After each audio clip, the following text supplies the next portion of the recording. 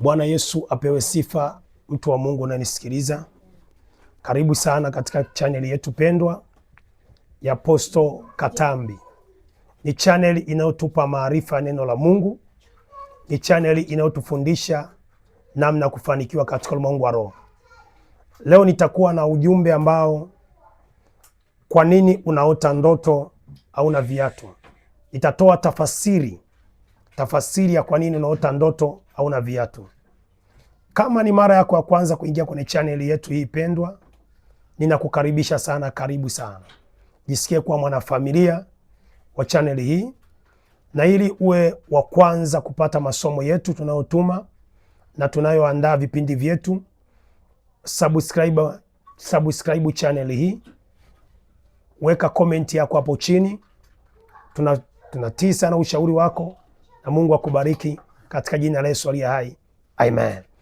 Na tutaanza moja kwa moja, kwa nini unaota ndoto hauna viatu? Yaani natafuta kutoa tafasiri yake. Kama unaota ndoto hauna viatu, je, unaota ndoto hauna viatu, viatu vyako vimechanika, au unaota ndoto uko peku, hauna viatu, yaani unatembea uko peku. Na wakati mwingine, wakati unaomba kwa habari ya biashara au kwa habari ya kazi au kwa habari ya uchumi, ndio unaota ndoto uko peku, viatu vyako vimechanika. Wakati mwingine unapoota ndoto wa kwamba viatu vyako uko peku, viatu vyako vimechanika. Na wakati mwingine pia unaota ndoto viatu vyako vimevaliwa na ndugu yako au jirani yako au rafiki yako, amevaa viatu vyako. Nataka nitoe tafasiri ya ndoto hizo. Na wakati mwingine unaota ndoto katika ulimwengu wa roho, viatu vyako vimevaliwa na jamaa au rafiki ulio nao. Nataka nitoe tafasiri yake muda huu. Wakati mwingine unaota ndoto una kiatu kimoja, unakuwa ni mtu ambaye una kiatu kimoja. Nataka nitoe tafasiri yake siku ya leo. Unaota una kiatu kimoja, nataka nitoe tafasiri yake siku ya leo. Wakati mwingine unaota, wakati unaomba kwa habari ya biashara au uchumi, unaota ndoto viatu vyako vinaenda na maji, viatu vyako vinazolewa na maji. Hii inamaanisha nini? Nataka nitoe tafasiri yake siku ya leo. Na wakati mwingine unaota ndoto viatu vyako, wakati unaomba kwa habari ya biashara au kwa habari ya kazi, kwa habari ya uchumi, unaota ndoto viatu vyako kuna mtu amevivaa, viatu vyako vimetoboka, yani vimetoboka, vile viatu vya zamani.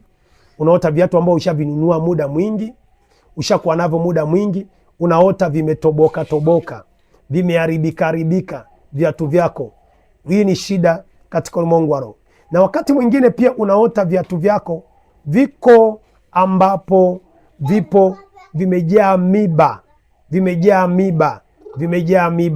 Hili ni tatizo katika ulimwengu wa roho. Ndoto zote hizi tunazoona, Mungu anaongea kwa mafumbo. Kitabu cha Mwanzo sura 37 mstari ule wa 5 mpaka mstari wa 6. Mungu aliongea kwa habari ya Yusufu kwa mafumbo. Akamwonyesha kwa habari ya nyota 11 zinamuinamia. Akaonyesha kwamba nyota zinamuinamia. Na tunaona kwamba Mungu wakati anamwonyesha kwa habari ya kutumikiwa na ndugu zake, kutumikiwa na familia yake katika ulimwengu wa roho. Sasa tunaanza kuona kwamba Mungu anaongea kwa mafumbo. Ndio maana kwa Danieli alimwonyesha kwa habari ya sanamu ya Nebukadreza.